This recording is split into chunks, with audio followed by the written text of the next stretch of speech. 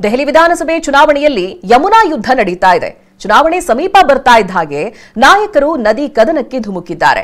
India ಮೈತ್ರಿಕೂಟದ ಮಿತ್ರನ ವಿರುದ್ಧವೇ ರಾಹುಲ್ ಸಮರ ಸಾರಿದ್ದು ಮೋದಿಯಂತೆ ಸುಳ್ಳು ಹೇಳುತ್ತಾರೆ ಅಂತ ಕೇಜ್ರಿವಾಲ್ ವಿರುದ್ಧ ಗುಡುಗಿದ್ದಾರೆ. ಬಿಜೆಪಿಯೂ ಕೂಡ ಆಪ್ ವಿರುದ್ಧ ವಾಗ್ದಾಳಿ ಮುಂದುವರೆಸಿದೆ.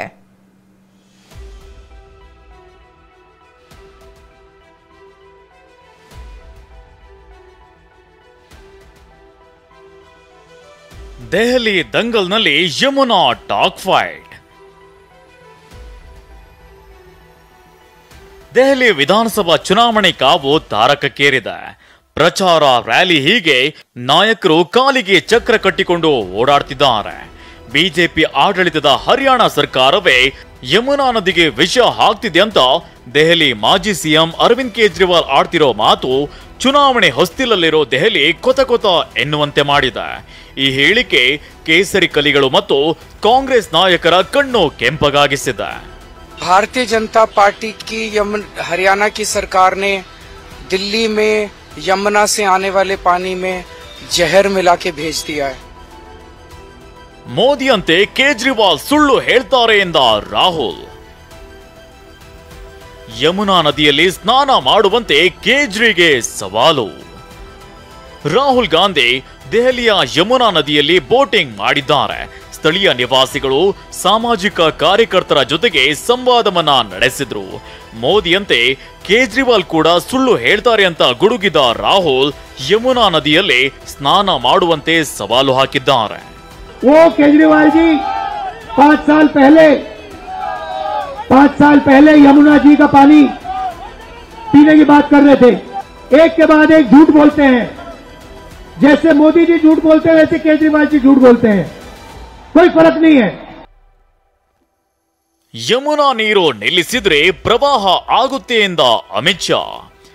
ಕೇಂದ್ರ ಗೃಹ ಸಚಿವ ಅಮಿತ್ ಶಾ ಕೂಡ ನಿನ್ನೆ ದೆಹಲಿಯಲ್ಲಿ ಪ್ರಚಾರ ಮಾಡಿದ್ರು. ಈ ವೇಳೆ ಕೇಜ್ರಿವಾಲ್ ಹೇಳಿದ್ದ ನೀರು ನಿಲ್ಲಿಸಿರೋ ಕತೆಗೆ ಟಕ್ಕರ್ ಕೊಟ್ರು. ಯಮುನೆ ನೀರು ನಿಲ್ಲಿಸಿದ್ರೆ ಪ್ರವಾಹ ಬರುತ್ತೆ ಅಂತ ಹೇಳಿದ್ರು. मैं केजरीवाल जी को कहने आया हूं, चुनाव जीतने के लिए झूठ बोलना बंद करो. ये केजरीवाल जी कहते हैं कि जहर पिया मिलाया हुआ पानी हमने रोक दिया. अरे जमुना का जल रुकता है तो गांवों में बाढ़ आती है. कोई गांव में दिल्ली वालों बाढ़ आया है क्या? ಯಮುನಾ ನದಿ ನೀರು ಕುಡಿದ ಸೈನಿಗೆ ಕೇಜ್ರಿವಾಲ್ ತಿರುಗೇಟು. ಇನ್ನು ಕೇಜ್ರಿವಾಲ್ ಆರೋಪ ಮಾಡ್ತಿದ್ದಂತೆ ಹರಿಯಾಣ ಸಿಎಂ ನಯಾಬ್ ಸಿಂಗ್ ಸೈನಿ ಯಮುನಾ ನದಿ ತಟಕ್ಕೆ ಹೋಗಿ ನೀರು ಕುಡಿದಿದ್ರು. ಆದ್ರೆ ಇದರ ವಿರುದ್ಧವೂ ಅಸ್ತ್ರ ಪ್ರಯೋಗಿಸಿದ ಕೇಜ್ರಿವಾಲ್ ಸೈನಿ ಮೊದಲು ನೀರು ಉಗುಳಿದ ವಿಡಿಯೋ ಬಿಟ್ಟಿದ್ದಾರೆ. मैं आज पवित्र यमुना माता के चरणों में यहाँ पर आया हूँ. आप देख भी रहे हैं मैंने यहाँ पर पानी का माँ यमुना के उस पानी का आचमन भी किया है. ये देखिए, ये पानी पिया और फिर फेंक दिया.